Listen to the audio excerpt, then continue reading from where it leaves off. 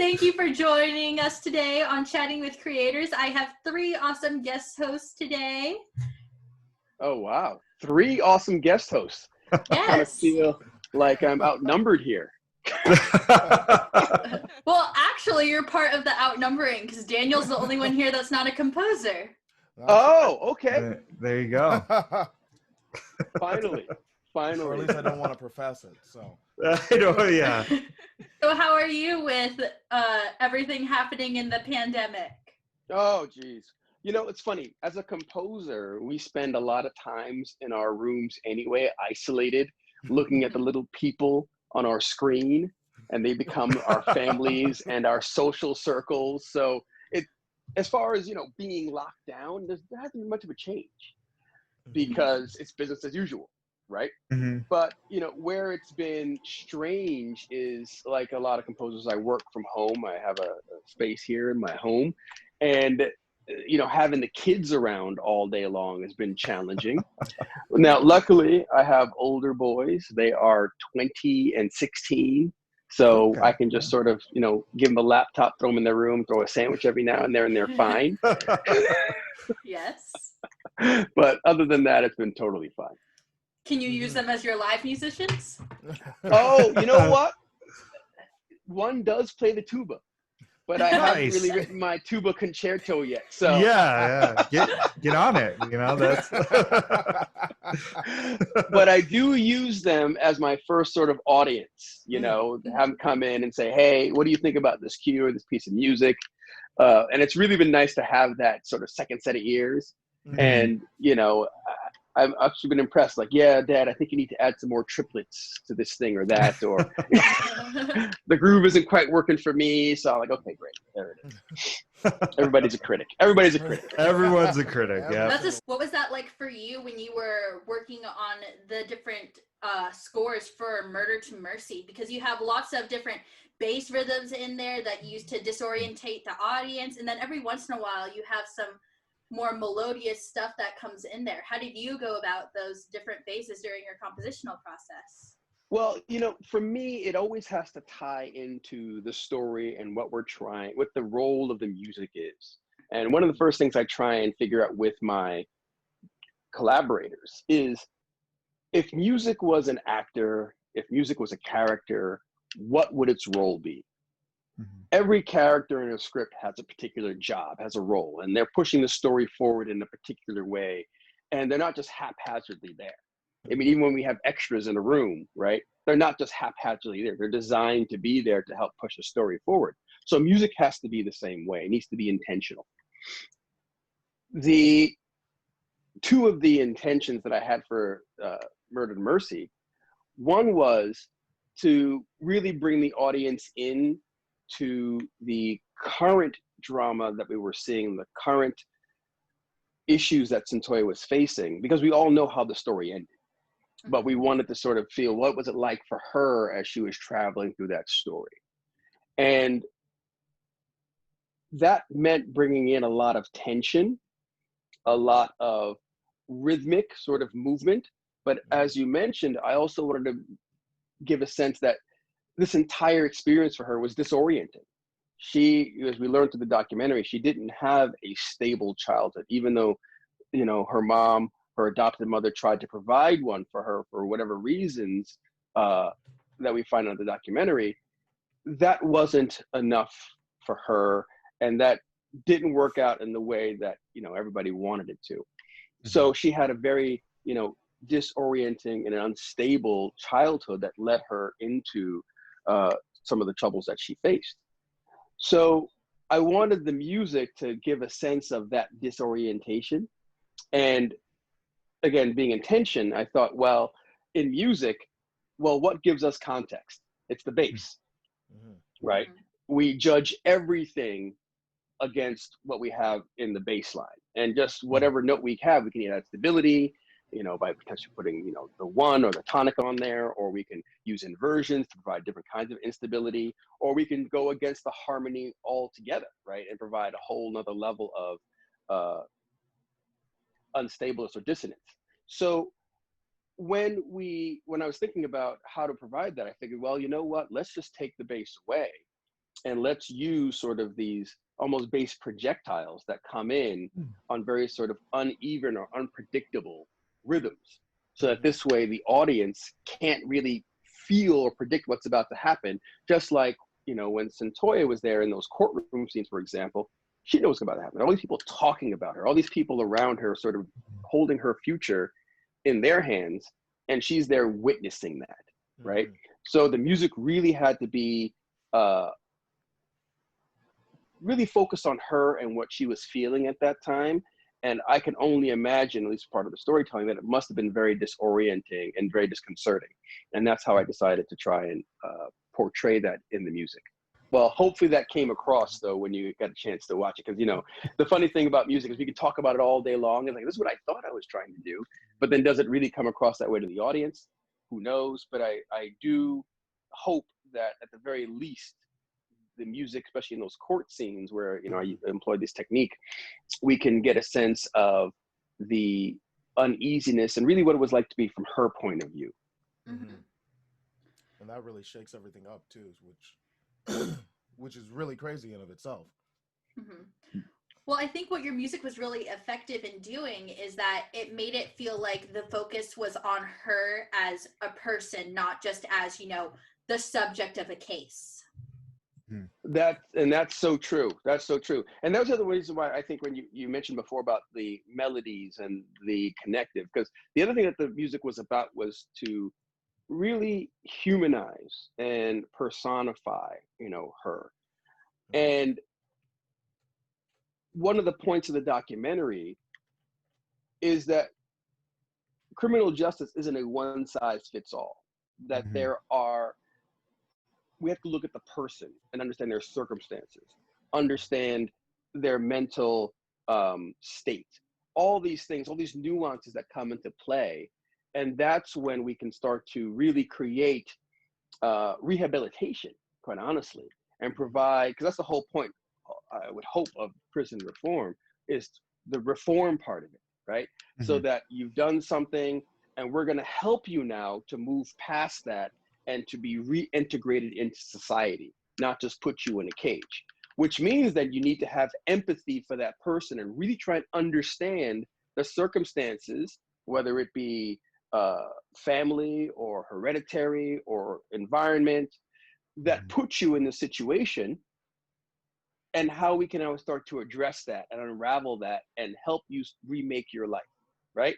So the music had to be connective and really show us that we're talking about a person here. And that's one of the reasons why I decided to use live orchestra there. Look, we all know that the budgets for these projects aren't large, right?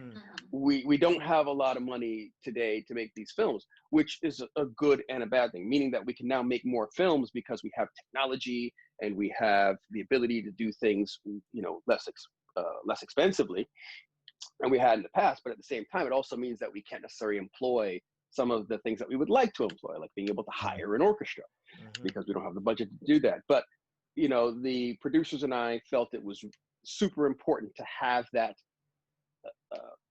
to have that tool, to have that experience for our audiences, because having live musicians interpret your music, there's no better way, I think, to have a score become connective and to really bring out the humanity of the characters and really immerse, you know, the audience.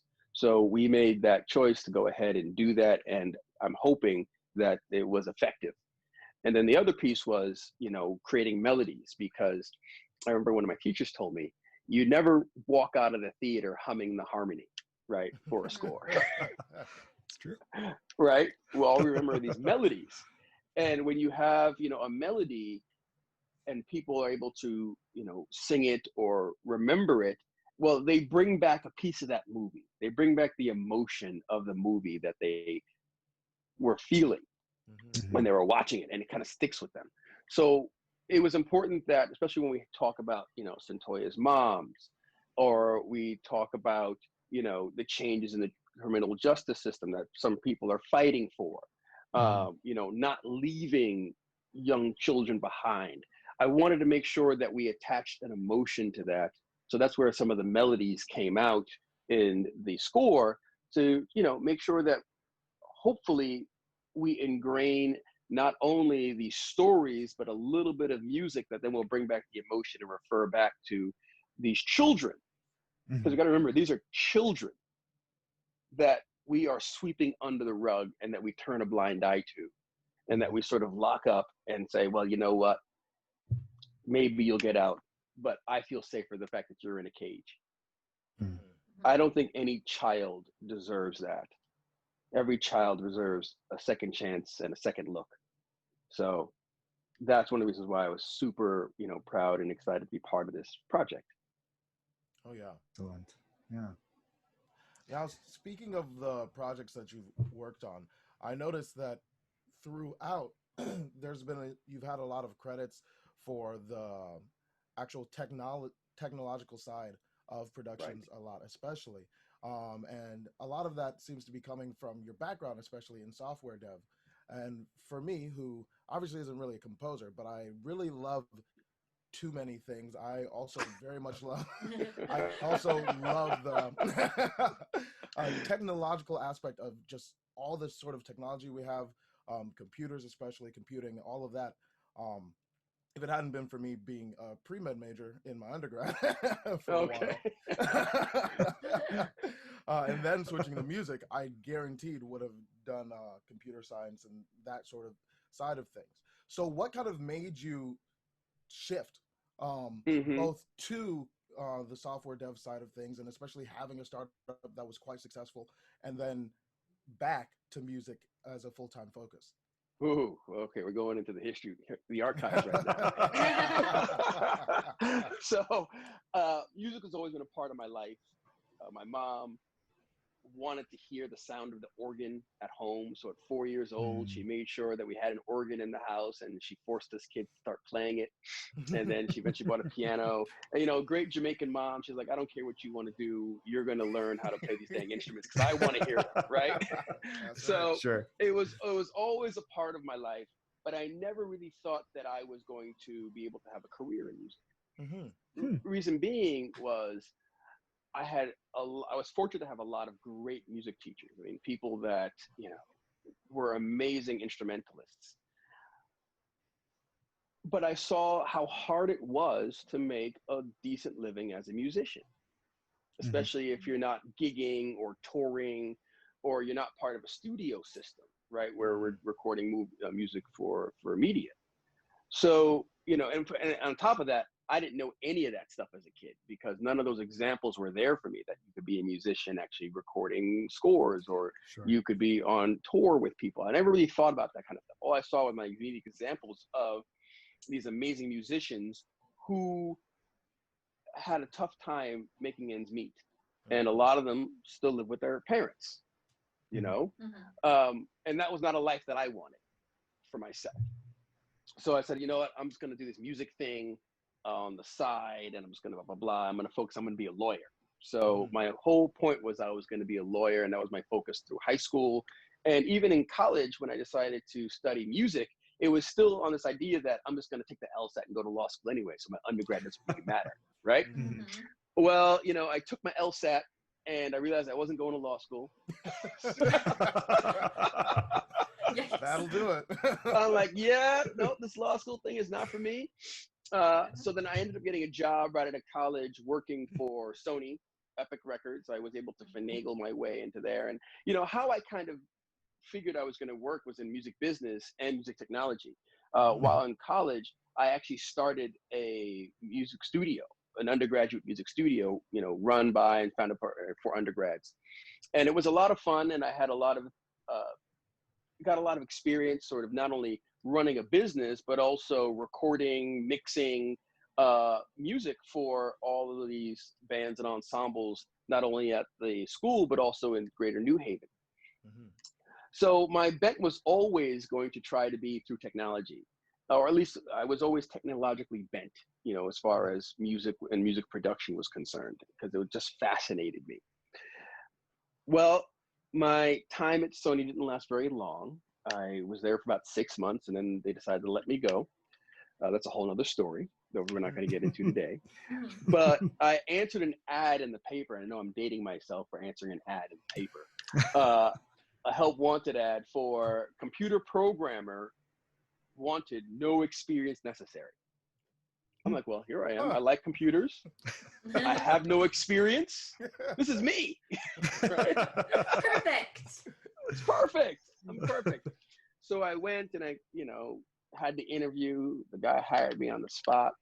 And, he trained me for 4 days in Visual Basic for applications using Access. And I got a chance to understand just the rudiments of SQL programming, SQL databases, and Visual Basic. And then I was popped at the client as the expert on Monday. Wow.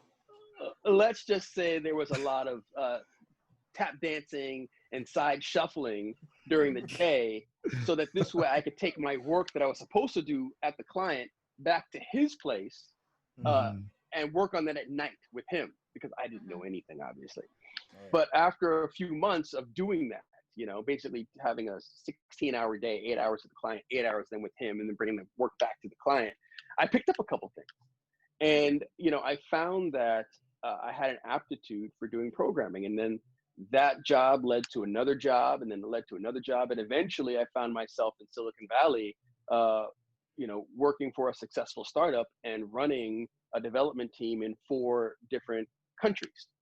So I, and that was about a 15-year journey of doing all of that. And I was super blessed that I was able to find that as a career, and I was happy and I had opportunities in front of me. But when our startup was sold to HP, I thought about it and said, well, do I want to, and I had to stay a couple of years as part of the package. When they sell these companies, it comes with the people for a few years. Right. Yep. So I had to stay, do my indentured servitude for a couple of years with HP. And I was like, well, I had choices. Do I want to stay with HP? Because, they were kind of grooming me to be, an executive there. Did I want to go to another startup, right? Because my friends were leaving and going and starting these things. But the strange thing is that music just started making a comeback in my life. It started out with just starting to play the piano again, because I hadn't really played it, and starting to play in church. Then this thing called Logic showed up, right? Or GarageBand at first, right? GarageBand, what is this Garage? I said, what is this GarageBand? This is interesting, right? So I started, playing around with that. And, I started making music, whatever. No one was to hear anybody. And a friend of mine, one young lady I went to college with, I don't know, I was talking to her and I sent her a piece of music. And she said, that sounds like film music. I was like, what? What is this? What is this film music you're talking about? There's music in films? There's music in films? What? What is this? Yeah. So I started thinking about that. I said, wait a minute. There's music in films. There's music in video games. Maybe I could do that. Right? Oh boy, what a foolish kid I was at the time.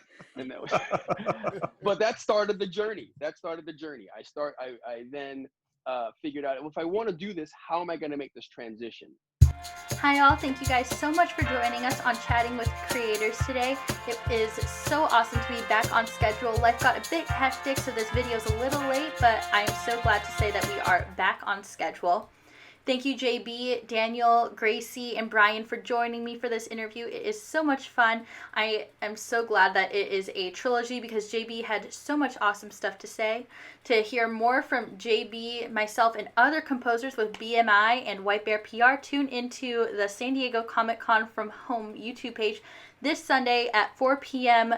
Pacific Standard Time for Composer Squares, where JB and I will be on a little game show for SDCC from home.